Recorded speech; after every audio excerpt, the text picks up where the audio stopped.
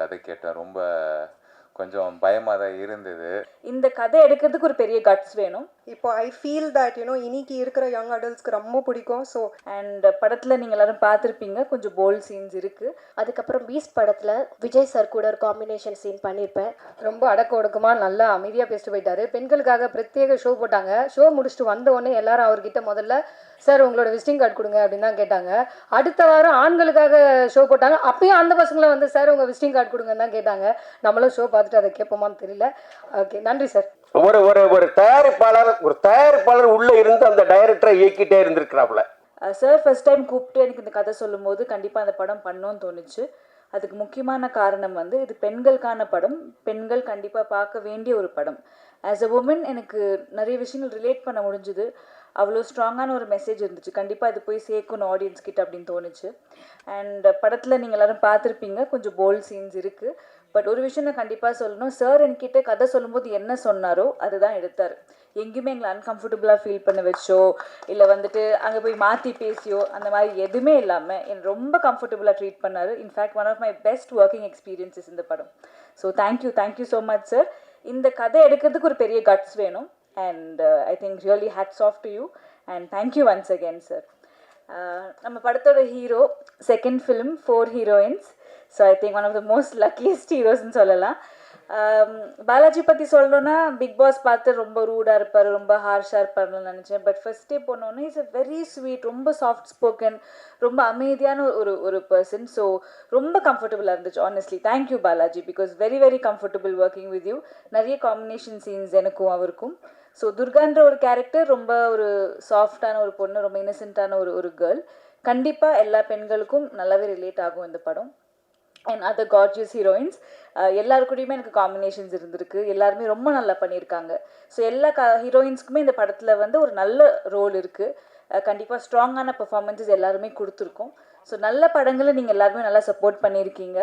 அந்த வகையில் இந்த படத்தை பயங்கரமாக சப்போர்ட் பண்ணுங்கள். அண்ட் டிஓபி சதீஷ் சார், இந்த படத்தில் சுத்தமாக மேக்கப்பே இல்லை, போட்ட கொஞ்சம் மேக்கப்புமே டார்க் மேக்கப் தான்.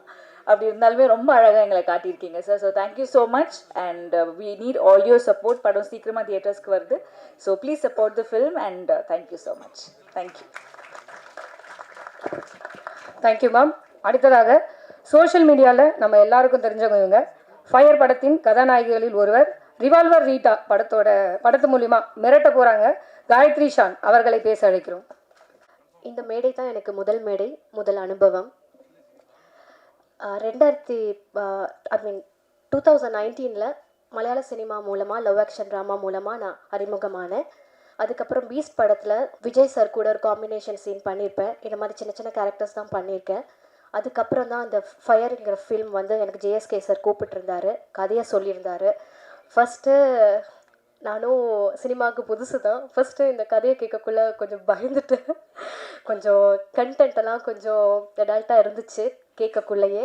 ஸோ ஃபுல்லாக அந்த கதையை கேட்ட பிறகு தான் எனக்கு ஓகே பண்ணலாம், ஓகே சார் அப்படின்னு சொல்லிட்டு உடனே அவர் கதை சொல்லி முடித்த உடனே நான் ஓகே சார் பண்ணுறேன் சார் அப்படின்னு சொல்லிட்டு வந்துட்டேன். நான் யோசிக்கிறது கூட டைம் எடுக்கலை.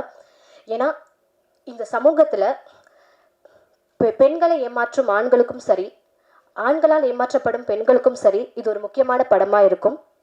படம் மட்டும் இல்லை, இது ஒரு நல்ல பாடமாகவும் இருக்கும். ஸோ இந்த படத்தில் நான் ஒரு பாட்டில் நடிக்கிறதுல எனக்கு ரொம்ப சந்தோஷம். சார், நீங்கள் ப்ரொடியூசர், டைரக்டர், அதையும் தாண்டி நீங்கள் எனக்கு ஒரு நல்ல வெல்விஷர், அதையும் தாண்டி நீங்கள் எனக்கு நல்ல ஒரு அட்வைசர். ஸோ எனக்கு எவ்வளோ சந்தோஷமாக இருக்கேன்னா எனக்கு அது சொல்ல வார்த்தையே இல்லை. அதே மாதிரி Sathish sir, cameraman DOP, so ரொம்ப கம்ஃபர்டபுள் எனக்கு அவர் கூட. ஏன்னா ஏதாச்சும் ஒரு கரெக்ஷனாக இருந்தாலும் பப்ளிக்கில் சத்தமாக சொல்லவே மாட்டார். என்கிட்ட வந்து அம்மா இப்படி அப்படின்னு சொல்லிடுவார். ஸோ அந்த அளவில் எனக்கு ரொம்ப கம்ஃபர்ட்டாக இருந்துச்சு சார் உங்கள் கூட ஒர்க் பண்ணதில். எனக்கு ரொம்ப சந்தோஷம்.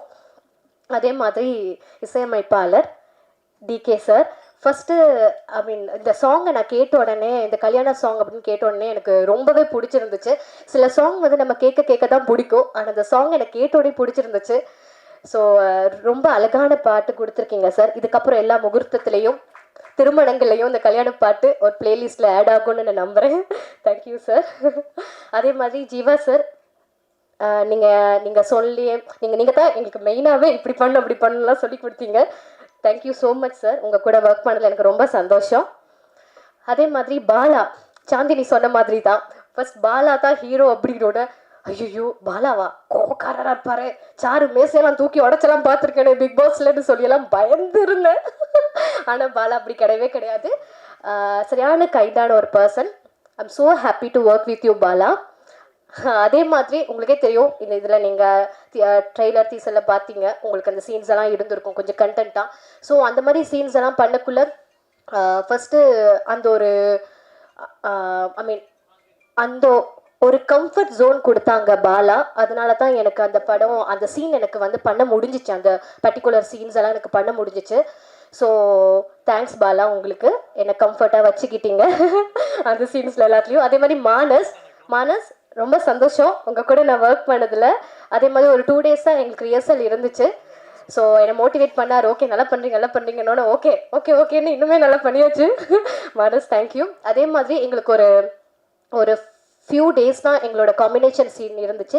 சாக்ஷி கூட, சாந்தினி, உமா, அப்புறம் ரக்ஷிதா, இவங்க கூட எல்லாமே. ஸோ எனக்கு ரொம்ப சந்தோஷம் உங்கள் கூடலாம் ஒர்க் பண்ணதில். அதே மாதிரி இங்கே வந்திருக்கும் மீடியா நண்பர்கள், நீங்கள் தான் வந்து உங்கள் எழுத்துக்கள் தான் எங்களோட தலையெழுத்தையே மாறும். ஸோ இந்த மாதிரி படங்கள் எல்லாத்துக்குமே நீங்கள் சப்போர்ட் பண்ணணும் கண்டிப்பாக. அப்புறம் டெலிகிராமில் ஓடிடிலலாம் வந்து லிங்க் வரும், கிளியர் காப்பியெல்லாம் பார்க்கலான்லாம் நீங்கள் வெயிட் பண்ணக்கூடாது. எல்லோரும் தியேட்டரில் போய் பார்க்கணும், எங்களுக்காக சப்போர்ட் பண்ணுங்க. Thank you so much. Thank you ma'am. அடுத்ததா நடிக்கிற நடிப்பு நம் ஃபயர் படத்தின் கதாநாயகி சாக்ஷி அகர்வாலை பேச அழைக்கிறோம்.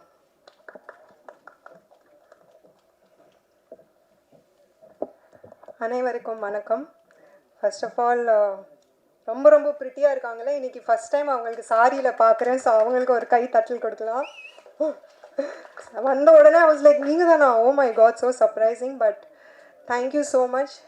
உங்கள் எல்லாருக்கும் உங்கள் பிஸி ஸ்கெட்யூலில் டைம் எடுத்துகிட்டு இங்கே நம்மளோட ஆடியோ லான்ச்சுக்கு கலந்துருக்க ரொம்ப நன்றி. தேங்க்யூ ஆல் த டிக்னிட்ரிஸ், நம்ம Pandiraj sir, Siva sir, Murali sir, and also Dhananjayan sir.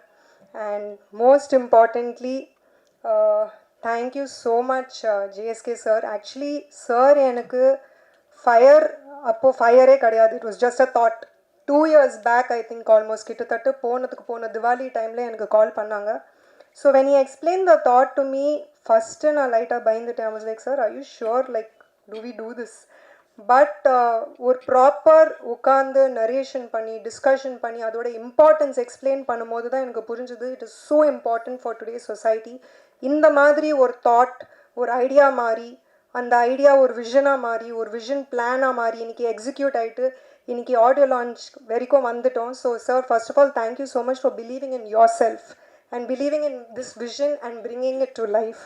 So நல்லா வந்திருக்கு படம், கண்டிப்பாக ஒரு போல்டான அட்டெம்ப்ட். ஸோ இப்போ ஐ ஃபீல் தட் இன்னைக்கு இருக்கிற யங் அடல்ட்ஸ்க்கு ரொம்ப பிடிக்கும். ஸோ எல்லாமே உங்கள் கையில் இருக்குது. So please do support the entire technician, crew, cast, everybody has work hard. Breaking the பவுண்ட்ரிஸ்னு ஒரு விஷயம் இருக்குல்ல, so literally breaking the boundaries பண்ணியிருக்கோம் இந்த படத்தில். ஸோ ஒரு attempt, I hope you guys like it. நீங்கள்லாம் படம் போயிட்டு தியேட்டரில் பாருங்கள், உங்கள் ஃபீட்பேக் கொடுங்க. ரொம்ப நன்றி. தேங்க்யூ. எனக்கு சாரிலாம் கட்டியிருக்கீங்க.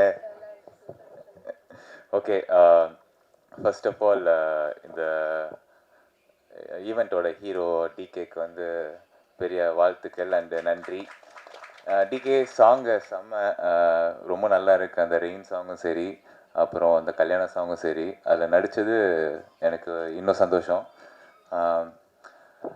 என்னென்னா தான் நம்ம வந்து 18 வயசில் ஆக்டிங் கிளாஸ் போனேன், அதுக்கப்புறம் மாடலிங், அதுக்கப்புறம் பிக் பாஸ். என்ன இருந்தாலும் ஆக்டிங்க்கு வந்து நான் புதுசு தான். ஆக்சுவலாக இந்த படத்துக்கு வரும்போது ஒரு எப்படி சொல்கிறது, ஈரமோ இல்லாத, அதாவது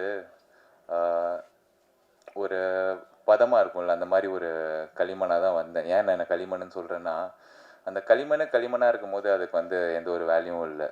ஆனால் அதை வந்து அழகாக ஒரு பொம்மையாக்கி இல்லைன்னா ஒரு பானையாக்கி அப்படி வந்து சேல் பண்ணாங்கன்னா அதை வாங்கிறதுக்கு வந்து ஆள் இருப்பாங்க. ஸோ அந்த களிமண்ணாக வந்து என்ன மொத்தமாக டைரக்டர் மட்டும் இல்லை, நம்ம குருஜி, அவரை குருஜின்னு தான் கூப்பிடுவேன். Jeeva sir, the dialogue writer, the co director, and every thing. ஒரு சீனும் ஒரு ஃப்ரேமும் வந்து என்கிட்ட இந்த மாடுலேஷன் சொல்லலாம் பாலா, இந்த மாடுலேஷனில் சொல்லலாம், இந்த மாதிரி பண்ணலாம் அப்படின்வாரு. ஸோ அது நான் கேட்டுப்பேன். ஏன்னா ரொம்ப நம்ம மேலே அக்கறை எடுத்து சொல்லுவார். அதுக்கப்புறம் செகண்ட் வந்து கேமராமேன் எப்படி சொல்கிறது, பாலா இந்த ஃப்ரேமில் வந்து செம்மையாக இருக்கீங்க, அந்த ஃப்ரேமில் செம்மையாக இருக்கீங்க, இப்படி பண்ணலாம் அப்படி பண்ணலாம். அவர் கேமராவும் தாண்டி அந்த ஸ்கிரிப்டுக்குள்ளே அவர் காட்டின இன்வால்மெண்ட்டு. அதுக்கப்புறம் of course last but not least நம்ம ஜேஎஸ்கே சார் கால் பண்ணார். இந்த மாதிரி கதை இருக்குதுன்னு சொன்னார். ஆஃபீஸ் போனேன், கதை கேட்டேன். ரொம்ப கொஞ்சம் பயமாக தான் இருந்தது. பட் ஓகே, நம்ம பண்ணலன்னா வேறு யார் பண்ணுவா? கசாப் பண்ணாமா, நடிப்பான், அப்புறம் பார்த்துப்பான், இறங்குவான், பண்ணுவான். அதுக்கப்புறம் வர கான்சிக்வன்ஸை பாராட்டோ கைத்தட்டோ இல்லை சட்டையை பிடிக்கிறதோ அது அப்புறம் பார்த்துப்போம், ஃபஸ்ட்டு பண்ணுவோம், அவ்வளோதான். அந்த ஒரு ஆட்டிடியூடில் தான் இறங்கினேன். So I was really blank. So என்னென்னா இங்கே நான் வந்து அப்புறம் வந்து மானஸ் ரிஹர்சல் எல்லாம் போனேன். எதுக்கு போனோன்னா எப்படி ஒரு 1 வீக் போயிருப்போம் ரிஹர்சல். ஏன்னா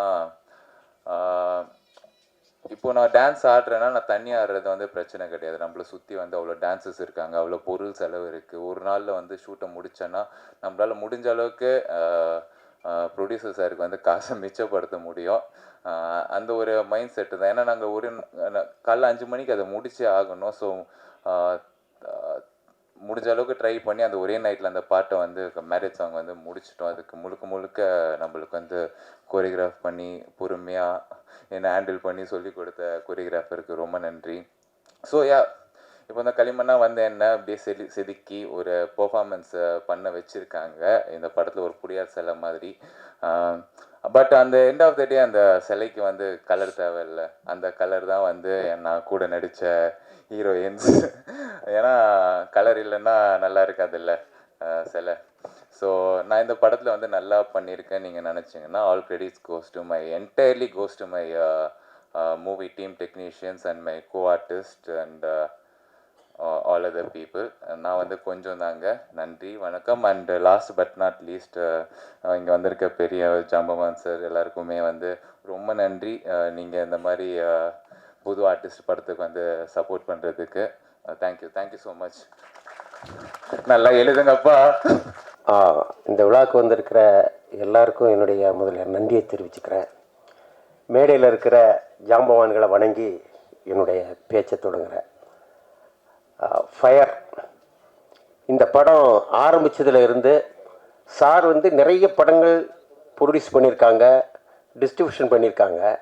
முத ஒரு படம் டைரக்ட் பண்ண போகிறேங்கிற முன்னே எல்லா டெக்னீஷியனையும் பார்த்து இன்டர்வியூ பண்ணி பேசி கரெக்ட் பண்ணி, அதாவது அவர் கேட்குற கேள்வியிலேயே அவர் எவ்வளவு தூரம் அந்த கதையை உள்வாங்கி இந்த படத்தை எந்த மாதிரி பண்ணணும் முடிவு பண்ணி வச்சுருக்காங்கிறது தெரிஞ்சுது. நான் அநீதி படத்துக்கு டைலாக் எழுதியிருந்தேன். சார் வந்து அதில் வந்து ஒரு இன்ஸ்பெக்டர் கேரக்டர் பண்ணியிருந்தார். அப்போது அந்த படம் பார்த்துட்டு எனக்கு ஒரு நாள் நைட்டு ஃபோன் பண்ணார். நான் படம் பார்த்தேன், டைலாக்லாம் ரொம்ப நல்லா இருக்குது, நான் ஒரு ப்ராஜெக்ட் பண்ணுறேன், நாளைக்கு நீங்கள் வர முடியுமான்னு கேட்டார். சார், ஒரு படத்தை பார்த்து அதில் வந்து நான் எழுதின டைலாக் பிடிச்சி போய் ஒரு வேலை தரீங்க, நீங்கள் டைம் சொல்லுங்கள் சார் வந்துடுறேன்னு அடுத்த நாள் காலைல சாரை போய் மீட் பண்ணுவேன். இந்த மாதிரி ஒரு ப்ராஜெக்ட் பண்ணுறேன், நீங்கள் எனக்கு கூட இருந்து சப்போர்ட்டாக டைலாக்லாம் எழுதி கொடுக்கணுன்னார். சரி சார்னு அப்படி தான் எங்களுடைய பயணம் ஆரம்பிச்சது. டைலாக்னு சொல்லும்போது நான் டைலாக் எழுதுவேன். சார் வந்து இதுவரைக்கும் எல்லாருக்கும் தயாரிப்பாளராக தெரியும், விநியோகஸ்தராக தெரியும். ஃபஸ்ட்டு டைரக்ட் பண்ணுறாரு. எப்போ எனக்கு வந்து இவர் ஒரு சிறப்பான டைரக்டர் அப்படிங்கிறது புரிஞ்சுதுன்னா நான் ஒரு 10 சீன் எழுதி காமிப்பேன். அதில் அவர் என்ன வேணும் அப்படிங்கிறத அழகாக சூஸ் பண்ணி எடுப்பார். இப்போ நான் நினைப்பேன் இது எக்ஸ்ட்ரா இருக்கிற மாதிரி எனக்கு மனசில் தோணும், அந்த மாதிரி எடுத்துட்டு அதை அழகுபடுத்துவார். ஆஸ் ஒரு டைலாக் ரைட்டராகவும் அவர் வந்து கரெக்டாக என்னென்ன வேணுமோ அப்படிங்கிறத எடுத்தார். அங்கேருந்து நான் ஃபஸ்ட்டு ஒரு மார்க் போட்டேன். சரி, சார் வந்து கரெக்டாக இந்த டைலாக்கை கரெக்டாக இது பண்ணியிருக்கிறாரு. அதே மாதிரி படம் ஆரம்பித்து ஷூட்டிங் டைமில் ஒரு டைரக்டரும் பண்ணுறாரு, ஒரு முழுக்க வர்ற மாதிரி ஒரு கேரக்டரும் பண்ணுறாரு. அதே நேரத்தில் அவருக்கு பல பிஸ்னஸ்கள் இருக்குது, பல டென்ஷன் இருக்கும். ஒரு டைமில் ஃபோன் வரும், பயங்கரமாக டென்ஷனாகி பேசிகிட்டே இருப்பார். நாங்களாம் பார்த்துட்டே இருப்போம், என்னடா இந்த சீன் எடுக்க போகிறோம், சார் வந்து ஏதோ ஒரு மேட்ரு பேசிகிட்டு இருக்காரு, டக்குன்னு அப்படி கூடு விட்டு கூடு பாயிற மாதிரி மாறி வந்து அந்த கேரக்டருக்குள்ளே வந்துடுவார். கேரக்டருக்கு வந்தோடனே ரொம்ப யதார்த்தமாக ரொம்ப அழகாக அந்த சீனை அழகாக வடிவமைச்சு அழகாக பண்ணிடுவார். அதே மாதிரி 3 சீன் பிளான் பண்ணுவோம். 3 சீன் பிளான் பண்ணி பிரேக் டவுனில் இருக்கும். எல்லாம் எடுத்து கிட்டத்தட்ட நாங்கள் பிளான் பண்ணி ஒரு 5 மணி 5:30க்கெல்லாம் அது முடிஞ்சிடும். தப்புன்னு சொல்லுவார், சார் அந்த சீன் ஒன்று இருக்குல்ல அது எடுத்து, சார் அது லொக்கேஷன் ரொம்ப தூரம் சார், கிட்டத்தட்ட ஒரு 1.5 மணி நேரம் 2 மணி நேரம் ஆகணும்னு, இருங்க அப்படின்னு சொல்லிட்டு இங்கே அடுத்த ஷாட்டுக்கான லாஸ்ட் ஷாட்டுக்கான லைட்டெல்லாம் கேமராமேன் சைஸ் சார் பண்ணிட்டு இருப்பாரு. வாங்க வாங்க வாங்க பக்கத்திலே ஒரு வீடு இருக்கு, அதுக்குள்ளால போய் ஒரு ஆர்ட் டைரக்டர் மாதிரி ஒரு ப்ரொடக்ஷன் மேனேஜர் மாதிரி போய் அந்த வீட்டை ரெடி பண்ணி தபார் அந்த சீனே பிளான் இல்லாத அந்த சீனையும் பண்ணிடுவோம். கரெக்டாக 7-7:30 மணிக்குள்ள 3 சீன் 4 சீன் பிளான் பண்ணியிருப்போம், 5 சீன் முடிஞ்சிடும். ஆக ஒரு டைரக்டராகவும் ஒரு அதில் ஜெயிச்சிட்டாருன்னு நான் நினச்சேன். அதே மாதிரி இந்த டக்கு டக்குன்னு எடுக்கிறோம் அப்படிங்கிறதுனால சுருட்டுறது அப்படிங்கிறது கிடையாது. குவாலிட்டிக்கு ரொம்ப முக்கியத்துவம் கொடுப்பார். அதாவது ஒரு ஒரு ஒரு சின்ன ஒரு டைலாக் மாற்றி பேசினாலும் ரீடேக் போவார். அது பர்ஃபெக்ஷனாக வரணும், பர்ஃபெக்டாக இருக்கணும்னு நினைப்பார். இதுதான் எங்கள் டைரக்டர் ஜேஎஸ்கே சாரோட இது. நிச்சயமாக சாருக்கு வந்து வெளி கம்பெனியில் இருந்து தைரியமாக அவருக்கு டைரக்ஷனுக்கு மற்ற கம்பெனிலேருந்து படம் கொடுக்கலான்னு நான் சொல்லிக்கிறேன். ஏன்னா நானே ஆச்சரியப்பட்ட விஷயம், 35 வருஷமாக நான் சினிமாவில் இருக்கேன். ஒரு ஒரு ஒரு தயாரிப்பாளர் உள்ளே இருந்து அந்த டைரக்டரை இயக்கிட்டே இருந்திருக்கிறாப்புல. அதுதான் நான் கவனித்தேன். ஒரு டைரக்டர் வந்து ஒரு தயாரிப்பாளருடைய டைரக்டராக இருக்கணும் எப்பவுமே. ஃபிலிமில் வந்து இப்போ R V Udhayakumar sir, Pandiarajan sir இவங்கெல்லாம் வந்த டைமில் திட்டமிட்ட டைமில் படங்களை முடித்து கொடுத்து எல்லா தயாரிப்பாளரையும் வாழ வச்ச டைரக்டர்ஸ் இவங்கெல்லாம். அது மாதிரி நம்ம இவர் சிவா சார் அவருடைய படங்களும் சரி. அது மட்டும் இல்லாமல் அவரை பற்றி இன்னொரு அழகாக சொல்லணும், ஒரு யதார்த்தமான நடிகர். என்ன டைலாக் கொடுத்தாலும் அதை ரொம்ப சாதாரணமாக ரொம்ப அழகாக இலகுவாக அழகாக பண்ணுவார். இப்படி இந்த மேடையில் இருக்கிற ஒவ்வொருத்தரை பற்றி சொல்லலாம். இப்போ வந்து டெக்னீஷியனில் எடுத்துக்கிட்டோம்னா எடிட்டர் பிரேம்குமார் சார்கிட்ட வந்து எடிட்டராக இருந்தாலும் சரி, டான்ஸ் மாஸ்டராக இருந்தாலும் சரி, கேமராமேனாக இருந்தாலும் சரி, மியூசிக் டைரக்டராக இருந்தாலும் சரி, ஒரு படம் ஒர்க் பண்ணால் போகிறோம் 10 படம் பண்ண எக்ஸ்பீரியன்ஸ் கிடைக்கும். வேலை வாங்க நமக்கு டென்ஷனாக இருக்கும். என்னை பொறுத்தவரை டைலாக் எழுதும்போது சொல்லுவார், மாற்று நல்லா தானே பண்ணியிருக்கோம், என்ன எதிர்பார்க்குறாருன்னா திருப்பி அதை கரெக்டாக ஒரு பாயிண்டை பார்த்து இது வரணும் உதவா சார், இது வந்தால் தானே இந்த சீனுக்கு அழகும்பார். அதே மாதிரி மியூசிக் சைடு ஸ்பாட்டில் வந்து கேமராமேன் எல்லாம் பிளான் பண்ணி வைப்பார். சார் வருவார், பார்ப்பார், இல்லை சதீஷ் இப்படி இல்லை சார் இது இல்லை இப்படி வச்சு பாருங்க, ஃப்ரேம் சூப்பராக இருக்கும். இப்படி நான் ஒவ்வொரு விஷயத்தையும் நான் சாரை புகழணும், சார் ப்ரொடியூசரு அப்படிங்கிறதுக்காக பேசுகிறேன்னு தயவு செய்து யாரும் நினைச்சிட வேண்டாம். உண்மையாக என்னுடைய அந்த 35 வருஷத்தில் சாரோட ஒர்க் பண்ண அந்த எக்ஸ்பீரியன்ஸை தான் நான் உங்கள்கிட்ட சொல்லிட்டு இருக்கேன். சதீஷ் கேமராமேன் சார் ஒரு டைரக்டர் என்ன நினைக்கிறாரோ அதை அவங்க நினைச்ச மனசில் முடிஞ்சவன சொல்கிறார், இதான் நான் எதிர்பார்த்தேன் அப்படின்னு டைரக்டர் சொல்லுவார். அதே மாதிரி மியூசிக் டைரக்டர் சார் பட்ட பாடு கொஞ்சம் நெஞ்சம் இல்லை.